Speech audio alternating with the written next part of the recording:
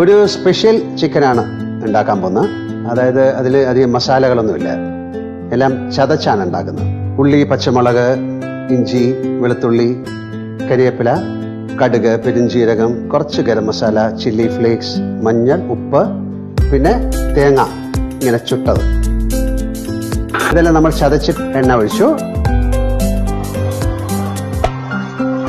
നമുക്കത് കടുക് പൊട്ടിക്കാം.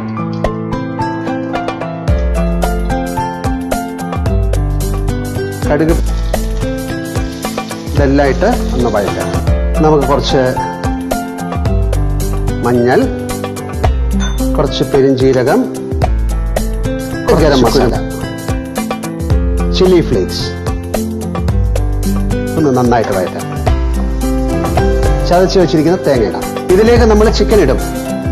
ഇതിൽ വെള്ളം എന്നുള്ള സാധനം നമ്മൾ ഉപയോഗിക്കുന്നില്ല. സ്പെഷ്യൽ